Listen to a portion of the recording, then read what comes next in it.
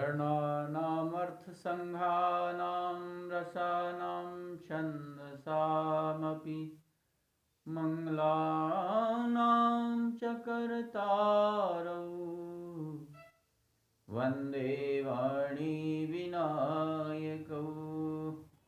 सच्चिदानन्दरूपाय विश्वोत्पत्त्यादिहेतवे तापत्रय विनाशाय श्रीकृष्णाय वयं नुमः। यं प्रव्रजन्तमनुपेतमपेतकृत्यं द्वैपायनो विरहकातरया जुहाव पुत्रेति तन्मयतया तर्वो विनेदुस्तं सर्वभूतहृदयं मुनिमानतोऽस्मि। नारायणं नमस्कृत्य नरं चैव नरोत्तमं देवीं सरस्वतीं व्यासं ततो जयमुदीरयेत्। वागीशायस्य वदने लक्ष्मीर्यस्य च वक्षसि यस्यास्ते हृदये संवित्तं नृसिंहमहं भजे। शिष्टौ या सर्गरूपा जगदवनविधौ पालनी या च रौद्री संहारे चापि यस्या जगदिदमखिलं पीडनं या पराख्या पश्यन्ति मध्यमाथो तदनु भगवती वैखरी वर्णरूपा शास्मद्वाचं प्रसन्ना विधिहरिगिरिसा राधितालङ्करोतु।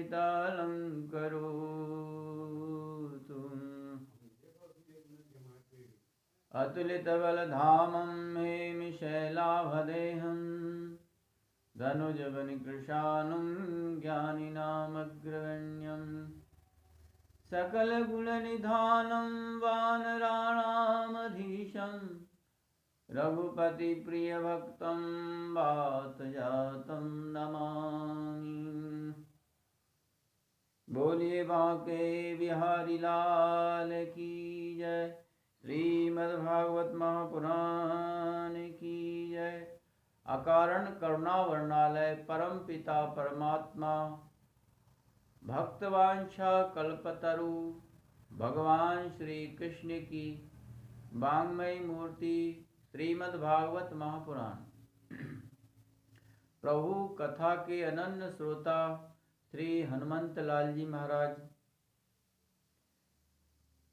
आइए पुनः हम श्रीमद् भागवत के महात्म प्रसंग का क्रम जो चल रहा था उसी क्रम में पुनः सत्संग हमारा प्रारंभ होता है।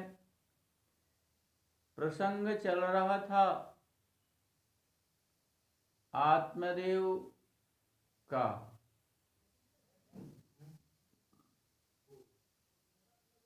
द्वंद्वकारी ने परेशान कर लिया बहुत आत्मदेव का। आज्ञा का पालन नहीं किया, अत्याचार अनाचार पाप करने लगा। पिता ने समझाया नहीं, पिता समझाने लायक भी नहीं रहे पुत्र को, इतना हठी हो गया हो। समझा लेना है। पिताजी सोचने लगे कि इससे तो अच्छा था मेरी कोई संतान नहीं होती। कुपुत्रो दुखदायक है, कुपुत्र दुख देता है। संतान नहीं है तो एक बार दुख होगा मन में कि चलो संतान नहीं है, और दुष्ट उत्पन्न हो जाए पुत्र तो हर दिन हर क्षण वह दुखदाई है। इसलिए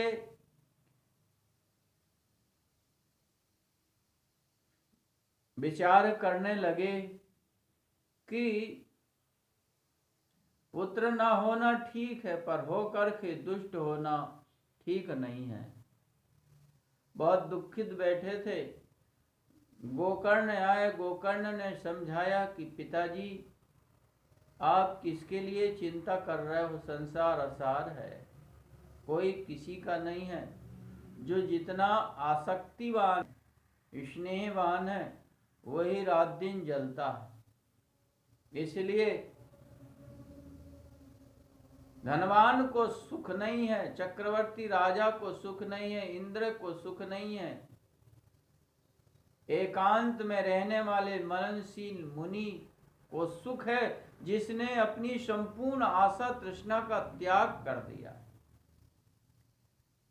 तृष्णा भववाहिन्या, तृष्णा के ही कारण पुनर्जन्म पुनर्मृत्यु होती। तृष्णा ना हो संसार में तो व्यक्ति जो है जीव ईश्वर के समान। तृष्णा ने ही इसको बांध रखा है और तृष्णा के ही कारण यह जीव पुनर्जन्म के चक्कर में बंधा हुआ, कभी छूटता ही नहीं। इससे ही भव प्रवाह प्रवाहित होता रहता निरंतर, तृष्णा के कारण, आशा के कारण। तृष्णा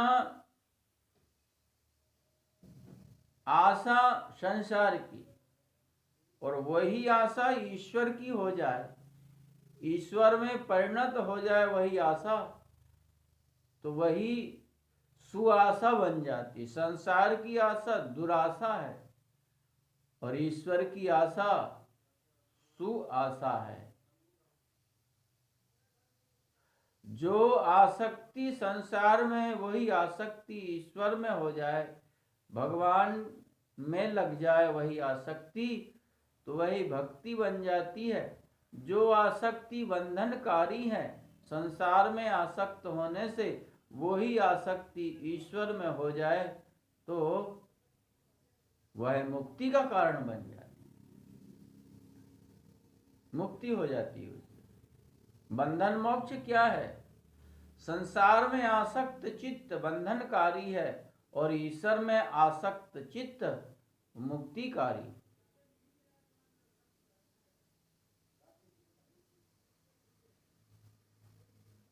तुलसीदास जी महाराज ने कहा, धनहीन कहे धनवान सुखी, धनवान कहे सुख राजा को भारी, राजा कहे महाराज सुखी, महाराज कहे सुख इंद्र को भारी। इंद्र कहे चतुरानन को सुख, ब्रह्म कहे सुख शंभु को भारी। तुलसीदास विचार कहो, हरि भजन बिना सब जीव दुखारी, हरि भजन बिना सब जीव दुखारी।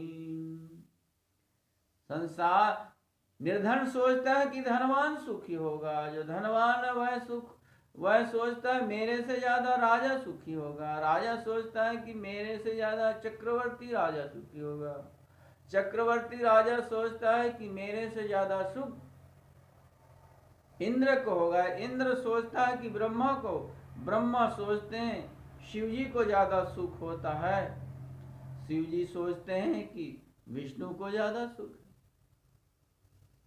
तुलसीदास जी कहते हैं कि भजन के बिना सारा संसार जीव दुखित है, थोड़े थोड़े सब दुखी, कोई तन दुखी, कोई मन दुखी, कोई धन बिन रहत उदास, थोड़े थोड़े सब दुखी, सुखी राम के दास। भगवान के दास, भगवान के भक्त ही सुखी है और कोई दूसरा सुखी नहीं है। इसीलिए पिताजी संसार की आशा, अब देखिए देखा गया है कि संतान को पिता उपदेश करता है, ज्ञान देता है, गलत रास्ते में मत चल बेटा, और ऐसा नहीं ऐसा कर बेटा, तो तू सुखी होगा। पर भागवत में इस प्रसंग में हमको पुत्र ही जो है पिता को ज्ञान उपदेश करते, पिताजी ऐसा नहीं ऐसा करो।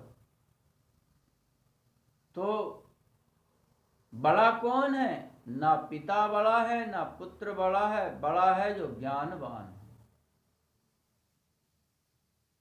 जो ज्ञानवान है वही तो बड़ा है आध्यात्मिक मार्ग में। लौकिक मार्ग में तो पिता की पूजा करना चाहिए, पर इस प्रसंग में धन्य है वह पुत्र जो पिता को ही ज्ञान उपदेश दे करके और पिता को ही धन्य कर दिया, पिता का ही उद्धार कर दिया। यहाँ पुत्र ही गुरु बन गए पिता के लिए, और पुत्र ने ज्ञान उपदेश करके धन्य कर दिया। तो वास्तव में ऋते ज्ञानान्न मुक्ति, बिना ज्ञान के मुक्ति नहीं है। प्रभु कृपा से उपदेश दिया, बात लग गई और कहा कि बेटा मैं तुम्हारी बात को स्वीकार करता हूं, मैं मानूंगा। मैं, मेरे लिए कर्तव्य क्या है, मैं क्या करूं, कहां जाऊं, किस ईश्वर का भजन करूं।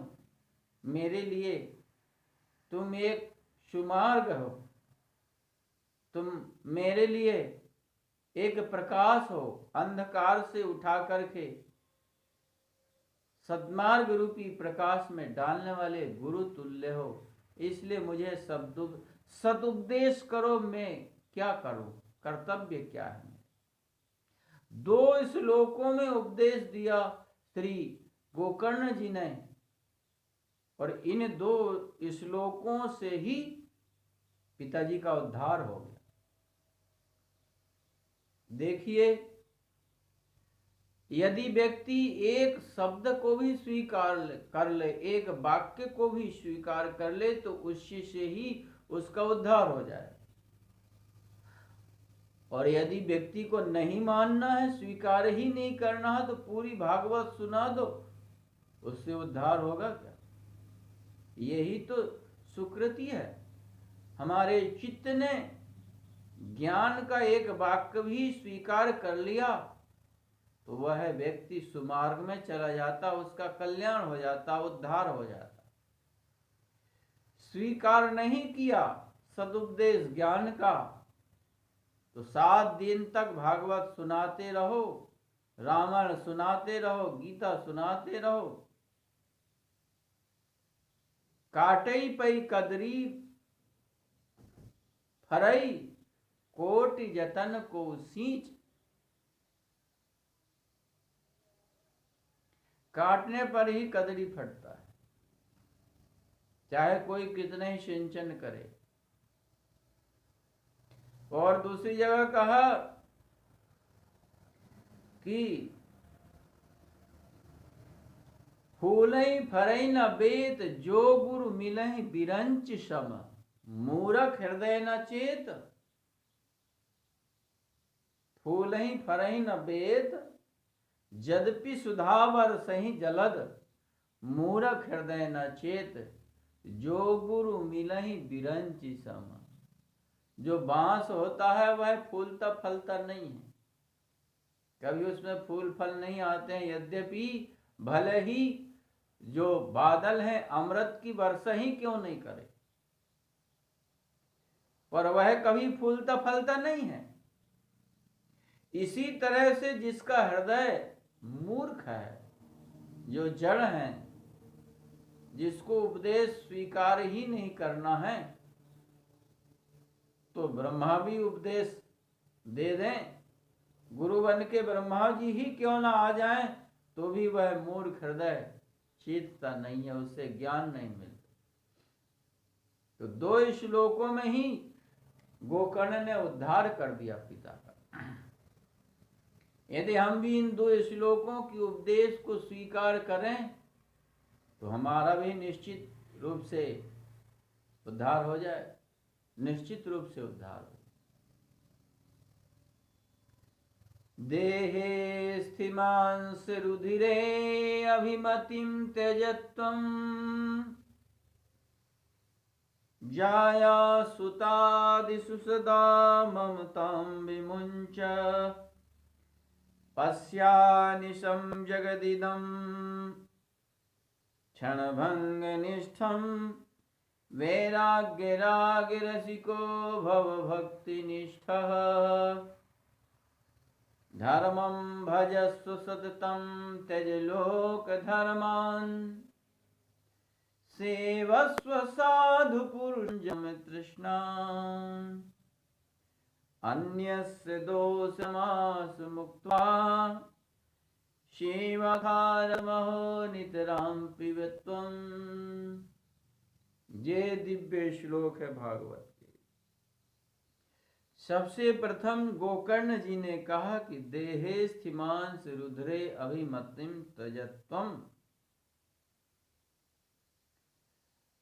पिताजी, जिस शरीर में हमने अभिमान कर रखा है कि ये मैं हूं, इसमें क्या है विचार करो। इसमें अस्थि है, मांस है, रक्त है, मज्जा है, चर्म है और इसमें मलमूत्र भरा हुआ है अंदर। प्रभु कृपा से ईश्वर की ऐसी जो है बनावट है, इसमें अंदर गंदगी भरी हुई है और वह बाहर नहीं दिखती है। बाहर से कितना सुंदर है और इसमें मलमूत्र भरा हुआ है, रक्त, मांस, मज्जा, अस्थि।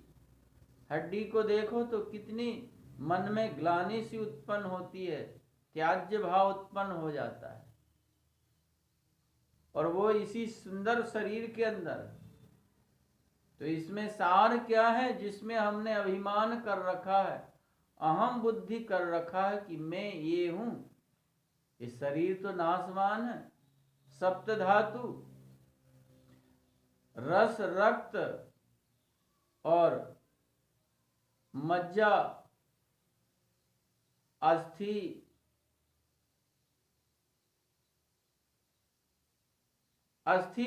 वीर्यादि से युक्त जो सप्त धातु है, इसी से यह शरीर बना है। इसमें सार क्या है? ये तो नाशवान है, जिसमें अहम हमने कर रखा है। और जो हमने ममता कर रखी, जिनमें मन अहमता होती है शरीर में और ममता होती है शरीर से संबंध रखने वालों में। जाया सुतादि सदा ममतां विमुञ्च। जाया मतलब पत्नी, पुत्र, धन, मन, ये जितने भी शरीर से संबंध रखने वाले हैं, इनमें ममता होती है। सबसे बड़ी ममता पत्नी में होती है, पुत्र में होती है। तो पिताजी, ये ममता है, यही बांधने वाली। अहमता ममता ही बंधनकारी। कहते हैं कि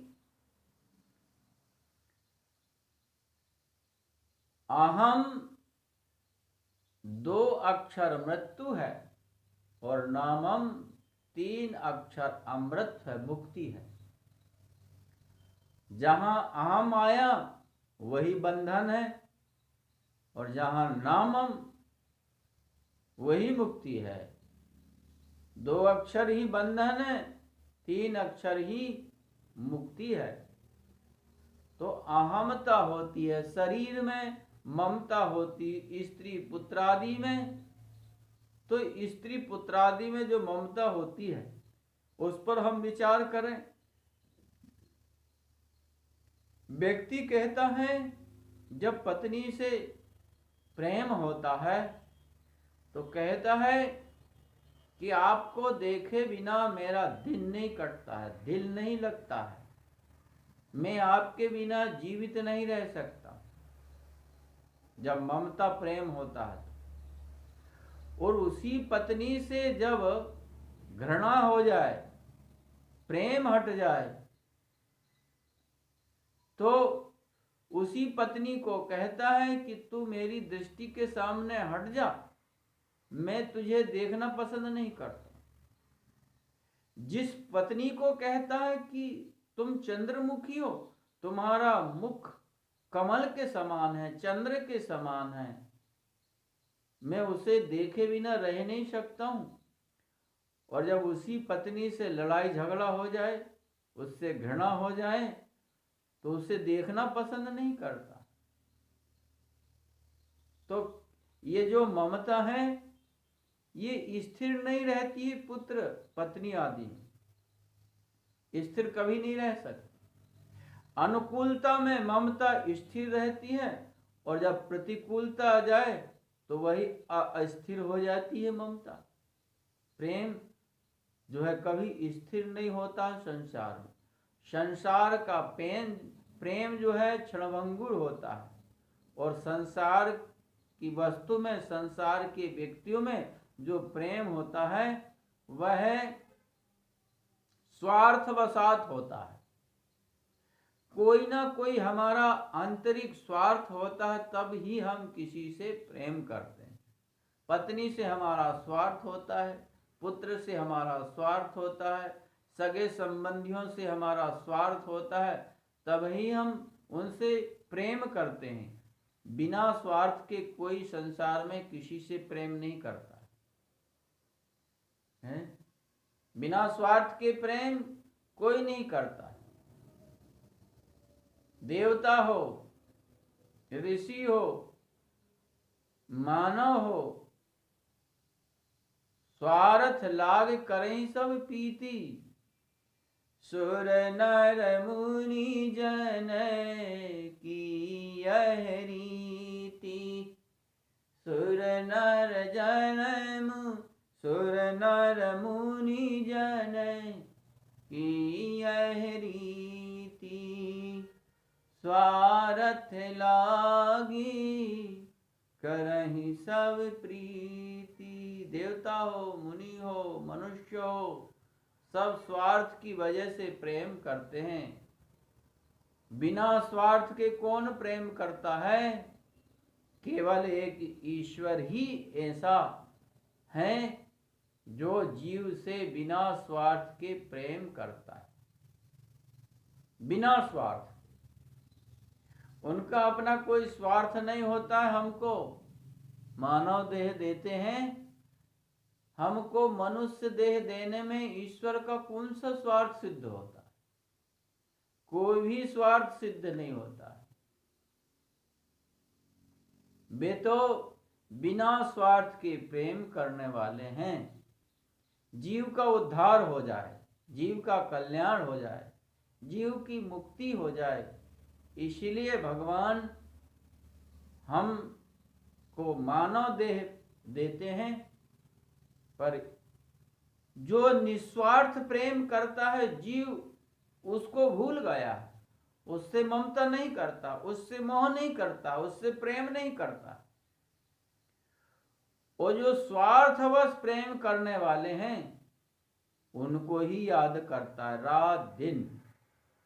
उनकी याद में व्यक्ति फांसी तक लगा लेता है, जहर तक खा लेता है प्रेम के वश में होकर। तो कहते हैं ममता तू न गई मेरे मन से, पाके केस देह के साथी। कहते हैं जो केस थे वो काले से सफेद हो गए, देह से उत्पन्न होने वाले, पर ममता जो है सफेद नहीं हुई, काली की काली। ममता तू न गई मेरे मन से। तो अहमता त्याग सबसे पहले। यदि हमको कल्याण का मार्ग चाहिए, हमको अपने आप का उद्धार करना हो, तो अहमता का त्याग करें और ममता का त्याग करें। जब तक हम अहमता और ममता का त्याग नहीं करेंगे, तब तक हम किसी साधन में साधननिष्ठ नहीं हो सकते, जब तक नियम अनुष्ठान आदि नहीं कर सकते। अहमता एक ज्ञानी व्यक्ति थे, तो उनके हाथ से गाय मर गई। ये उनके उपवन में जिन पेड़ों को उन्होंने लगाया था, उन पेड़ों को गाय खा रही थी, हटा रहे थे, उनके हाथ से जो है गाय मर गई। गाय मर गई, ब्रह्म हत्या आई। ज्ञानी से कहा कि आपने गाय को मारा है, मुझे स्वीकार करो। तो ज्ञानी जी ने कहा कि मैंने कैसे मार दिया गाय को? अरे गाय को तो इन हाथों ने डंडा मारा और मर गई। तो इन हाथों के देवता इंद्र हैं, तुम इंद्र के पास जाओ, मैंने नहीं मारा। तो ब्रह्मा हत्या गई इंद्र के पास। इंद्र ने कहा कि ब्रह्म हत्या, इंद्र से ब्रह्म हत्या ने कहा मुझे स्वीकार करो महाराज, आपने गाय को मारा है। तो इंद्र ने भी पल्ला झाड़ लिया। इंद्र ने कहा देखो देखो मैंने कैसे मारा। अरे नेत्र नहीं देखते गाय को, तो मैं कैसे मार सकता? तो नेत्रों ने देखा, तब जो है हाथों ने मारा। नेत्रों के देवता सूर्य हैं, तुम सूर्य के पास जाओ, सूर्य चंद्र पर। तो ब्रह्म हत्या पहुंची सूर्य के पास, कहा महाराज मुझे स्वीकार करो। तो सूर्य भगवान ने भी पल्ला झाड़ लिया। सूर्य भगवान ने कहा वाह, मैंने कैसे मारा गाय को? अरे मान लो नेत्रों ने देखा, यदि पैर वहां तक चलकर के नहीं पहुंचते तो नेत्र बेचारी क्या करती हैं? मान लो देख भी लिया किसी ने, तो यदि पैर वहां तक नहीं चलते तो नेत्रों का क्या दोष? बोले नेत्रों के देवता विष्णु है, तुम उनके पास जाओ। ब्रह्म हत्या पहुंची, गो हत्या पहुंची, जो है विष्णु के पास, महाराज मुझे स्वीकार करो, आपने गोवध किया, आपके माध्यम से गोवध हुआ है, आप चरण के देवता हैं। विष्णु भगवान ने कहा कि मैं स्वीकार करूंगा, पर कुछ मुझे टाइम दो। ठीक है, हम आपको समय प्रदान करते हैं। तो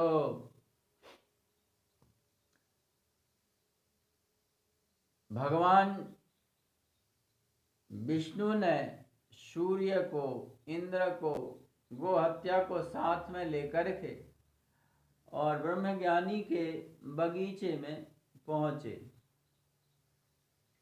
स्वरूप बदल के भगवान विष्णु ने परीक्षा लेनी चाहे कि असली ज्ञानी है कि नकली ज्ञानी है, देखते हैं। यदि असली ज्ञानी होगा तो ठीक है, हम उसके ऊपर गोवध का पाप नहीं डालेंगे। यदि नकली ज्ञानी होंगे तो निश्चित रूप से पाप उसी ने किया है। तो भगवान स्वरूप बदल करके और बगीचे में इधर उधर घूमने लगे, कहने लगे वाह कितने सुंदर पेड़ लगे हैं, ये कितने सुंदर आम, कितने सुंदर गुलाब, कितने सुंदर सुंदर ये फूल क्यारी, पता नहीं किस महान पुरुष, किस व्यक्ति ने लगाया है ये पेड़। यदि वह मेरे पास आता तो मैं तो उसके पैर छू लेता। इतने में ही ज्ञानी जी सुनकर के आ गए, अरे भैयो इधर देखो, इधर मैंने लगाया ये पेड़, ये सुंदर सुंदर ये क्यारी फूल, ये सब मैंने लगाया है। तो ब्रह्म हत्या से भगवान ने कहा कि इन ज्ञानी के ऊपर चढ़ बैठो। बोले ये पेड़ पौधे तुमने लगाए हैं, तो क्या ये गाय को मैंने मारा है? अब तो गो हत्या ज्ञानी के सिर पे चढ़ गई। कहने का तात्पर्य क्या है? जहां अहम आ गया हमारे अंदर, कर्तापन की बुद्धि आ गई कि मैंने किया, वहीं पर कर्म का फल आपको प्राप्त होगा। और यदि आप समझते हो कि इंद्रियाणि इंद्रियार्थेषु वर्तन्ते, इंद्रियों के अर्थों में ही वर्तती है, तो आप कर्तापन के बंधन से मुक्त हैं, तो कर्म का जो फल है आपको नहीं प्राप्त होगा। यही तो श्री कृष्ण ने अर्जुन से कहा कि तुम कर्तापन से रहित हो जाओ, अपने आप को कर्ता मत मानो कि मैंने ऐसा किया। तो तुमको ये जितने भी व्यक्ति हैं, युद्ध में इनको मारोगे तुम, तो इनका पाप तुमको नहीं लगेगा। सारी सृष्टि की वध करके तुम पाप मुक्त हो जाओगे। कर्ता धर्म की रक्षा के लिए, धर्म स्थापना के लिए तुम युद्ध कर रहे हो, कर्तापन से मुक्त होकर युद्ध करो। तो तुमको ये क्रिया का फल, कर्म का फल भोगना नहीं पड़ेगा, अन्यथा निश्चित भोगना पड़ेगा। इसलिए तो ज्ञानी कर्तापन से मुक्त होकर के कर्म करता है, तो उसको क्रिया का फल, कर्म का फल नहीं भोगना पड़ता। तो अहमता यह है और ममता यह है। तो अहमता ममता त्याग करो। दो बातें कही सबसे पहले। और ये संसार क्या है?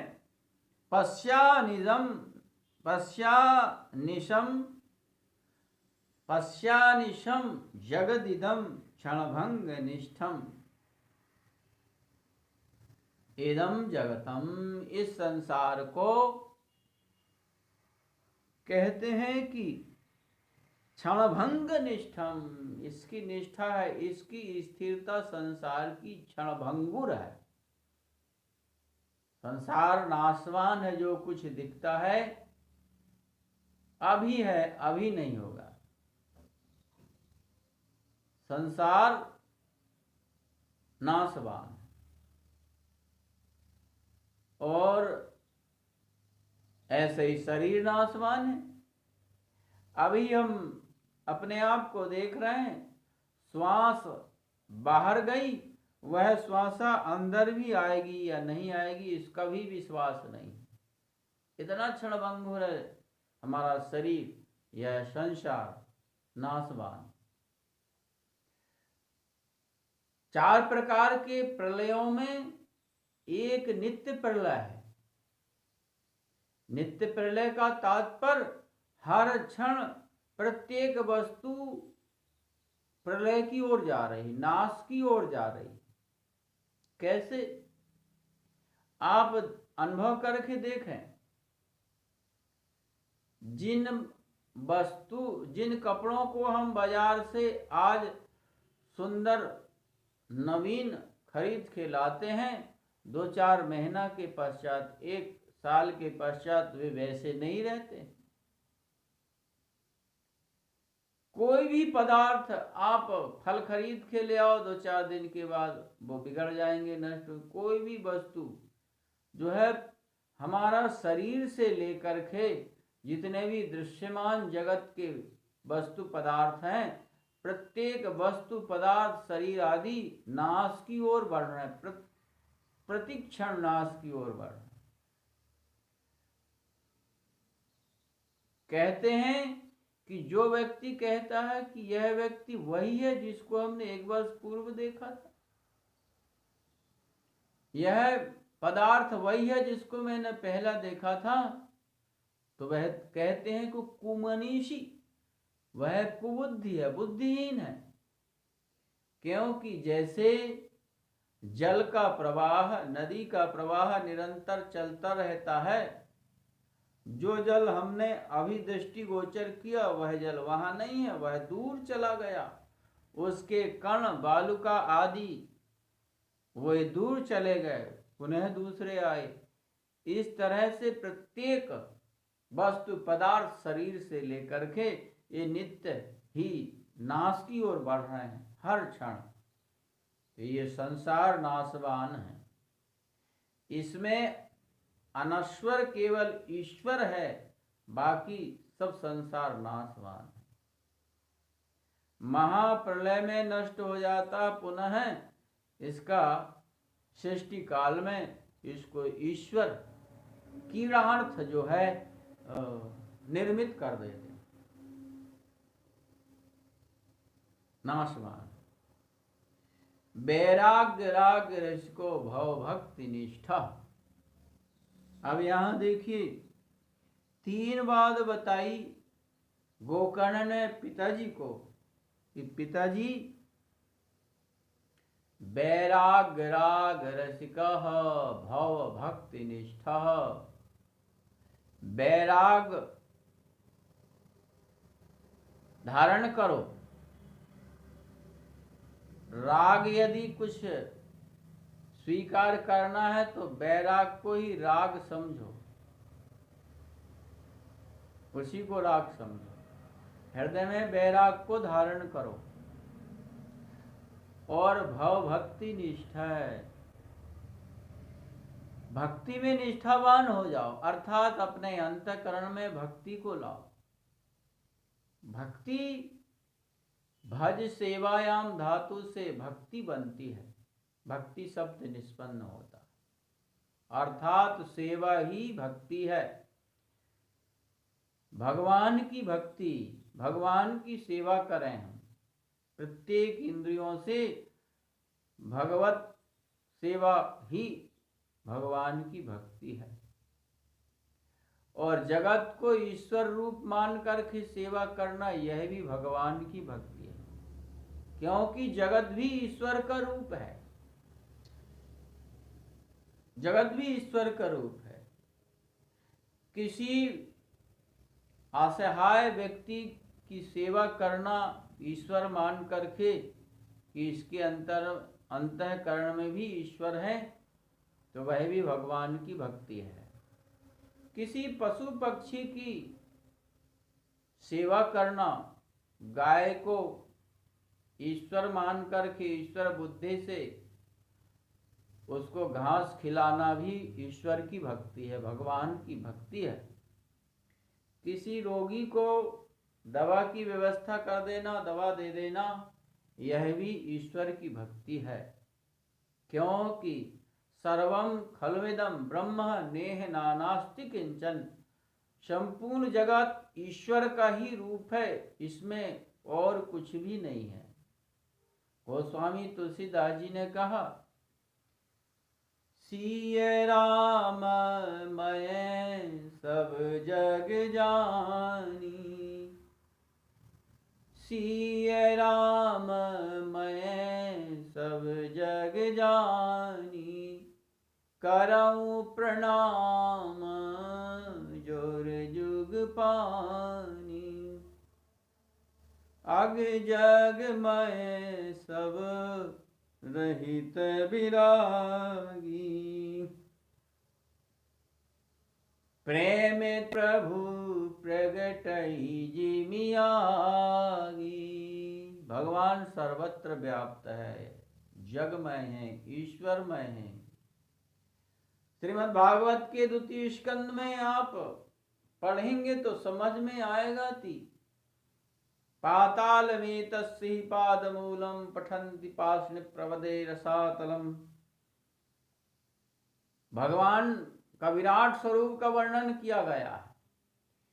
ये जो बादल हैं विराट स्वरूप परमात्मा के केस हैं, जो वृक्ष हैं विराट स्वरूप परमात्मा के ये रोए हैं, ये नदियां हैं विराट स्वरूप परमात्मा के नसें हैं, ये जो समुद्र हैं विराट स्वरूप परमात्मा के कुक्षी है, कुक्षी प्रदेश है। तो ये विराट स्वरूप परमात्मा का ये संसार में रूप वर्णन करने का तात्पर्य क्या है? दो स्वरूप है परमात्मा के। एक तो सूक्ष्म स्वरूप हमारे अंतःकरण में विराजमान है, प्रादेश मात्र रूप से भगवान यहाँ कमल है, उस कमल में चतुर्भुज स्वरूप से विराजमान है, अंतर्यामी रूप से। एक तो ये सूक्ष्म स्वरूप हुआ, और विराट स्वरूप ये जो कुछ दृश्यमान जगत है, यह सब कुछ ईश्वर का ही स्वरूप है। तो इस स्वरूप का वर्णन करने का तात्पर्य क्या है? भागवत में दोनों स्वरूप को वर्णन किया। कोई भी व्यक्ति सूक्ष्म स्वरूप में 24 घंटा मन नहीं लगा सकता, चित्त नहीं लगा सकता, वह कभी ना कभी तो बाहर आएगा। अंतःकरण में अंतर्मुखी वृत्ति से हर समय कोई नहीं रह सकता,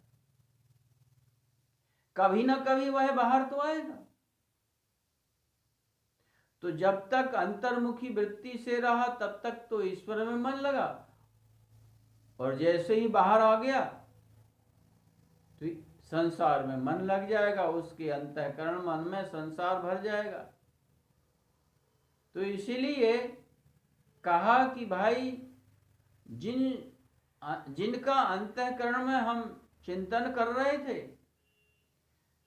जिनकी अंतःकरण में आराधना कर रहे थे, बाहर भी वही ईश्वर है, कोई दूसरा नहीं है। बाहर भी वही ईश्वर है, बाहर भी।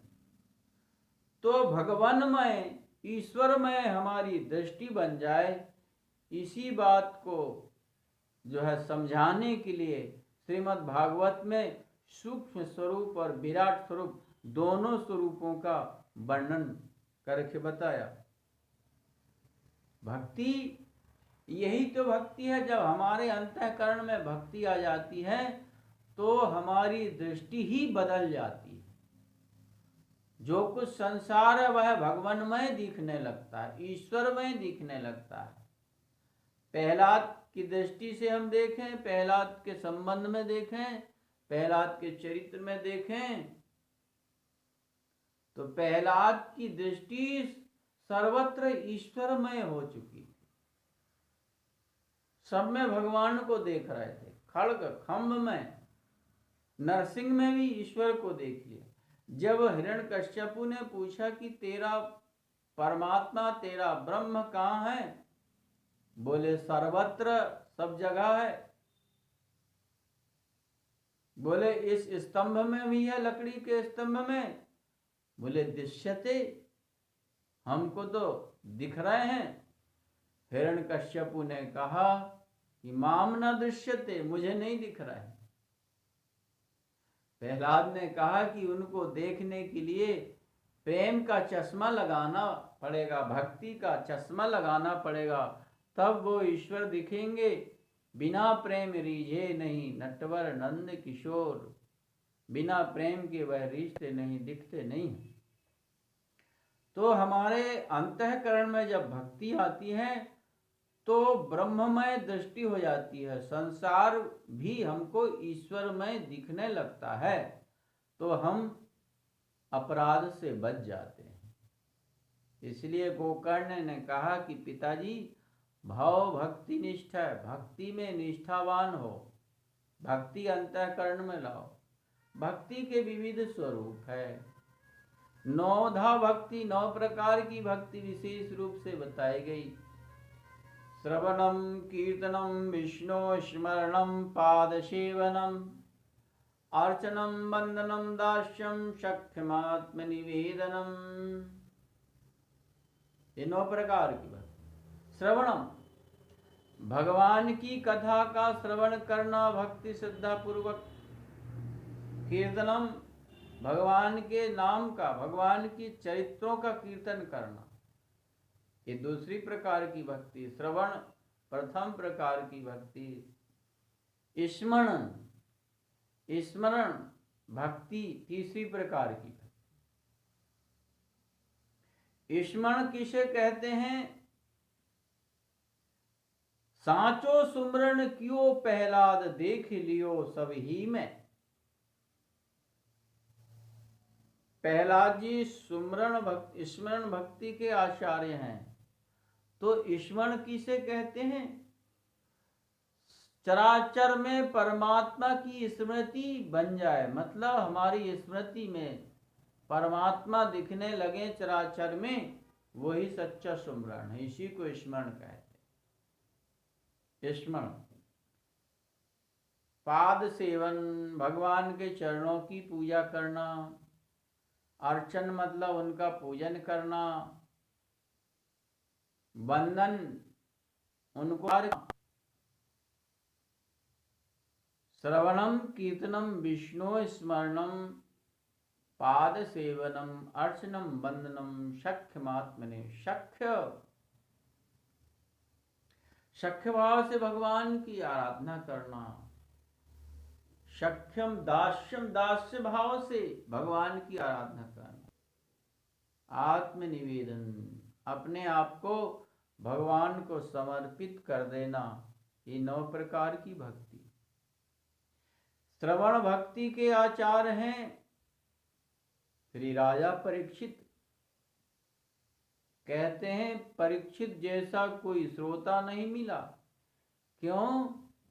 अरे पानी प्यास लगी, पानी पिया तो प्यास बुझ जाती है, पर कहते हैं कि श्रवण करते करते परीक्षित की प्यास कोटि गुण लागी प्यास है। उनकी करोड़ों गुना प्यास बढ़ती ही गई, बढ़ती गई। मतलब और कथा सुने, और कथा सुने। ये राजा परीक्षित श्रवण भक्ति के आचार्य हैं, अनन्य हैं। कीर्तन भक्ति के आचार्य श्री सुखदेव जी महाराज हैं। उन्होंने भगवत चरित्रों का गायन किया, कीर्तन किया। 7 दिन तक परीक्षित को, सभी ऋषि मुनियों को कीर्तन किया,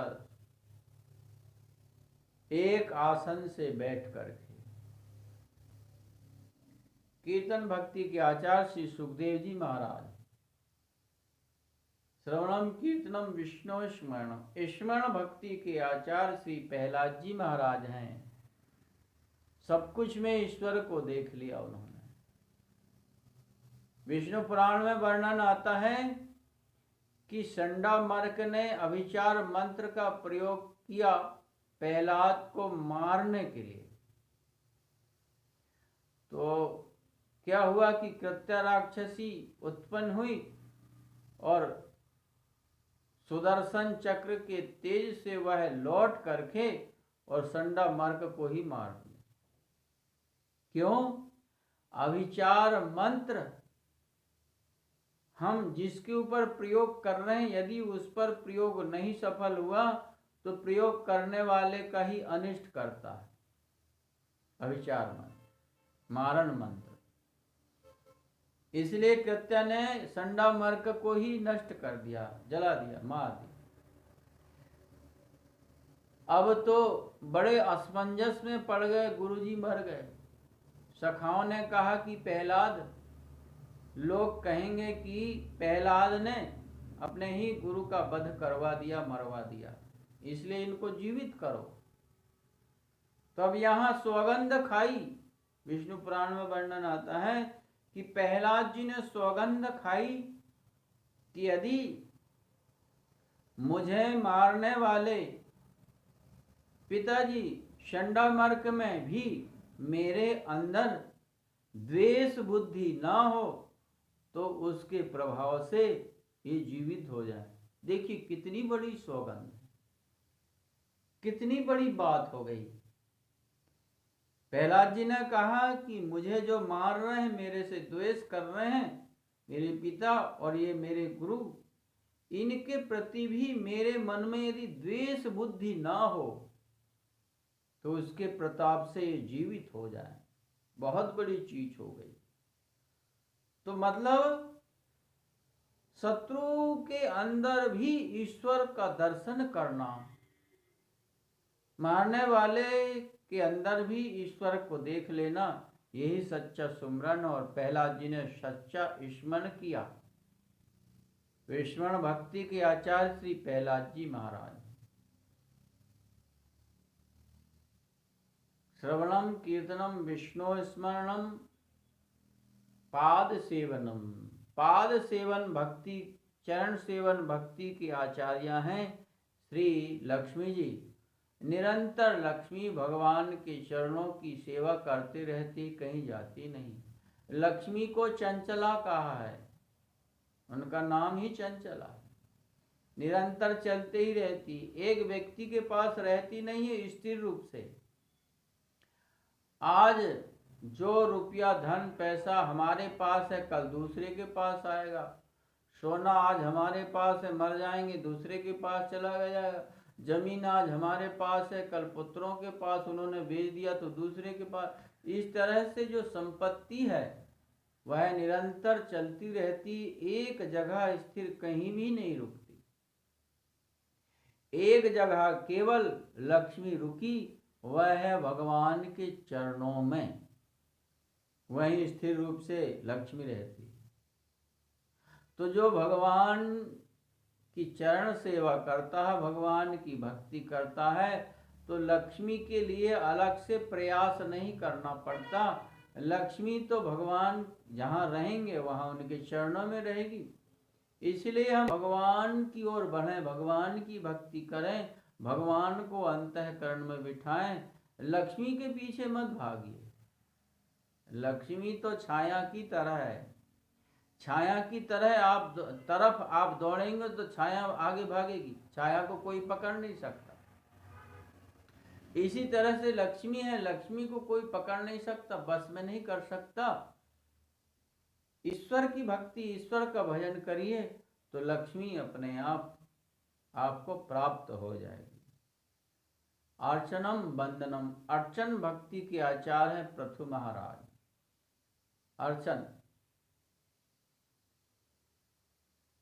वंदन भक्ति के आचार्य हैं श्री शुफलक सुबन अक्रूर जी महाराज। जब कृष्ण बलराम को लेने के लिए अक्रूर जा रहे थे, भगवान के चरण चिन्ह दिखे ब्रजरज में, गोधूली में, नंदगांव के पास। भगवान गोचारण करके कृष्ण बलराम लौटे थे घर में, और अक्रूर जी ने देखा और कूद पड़े रथ से, कहने लगे कि अहो यही तो मेरे प्रभु के चरण चिन्ह हैं। उनमें ध्वज वज्र अंकुश आदि के चिन्ह लगे हुए थे, उसमें लोटपोट हो गए। ब्रजरज को अपने माथे पे लगाया अक्रूर जी ने। तो ये बंधन भक्ति है। बंधन भक्ति के आचार्य हैं श्री अक्रूर जी महाराज।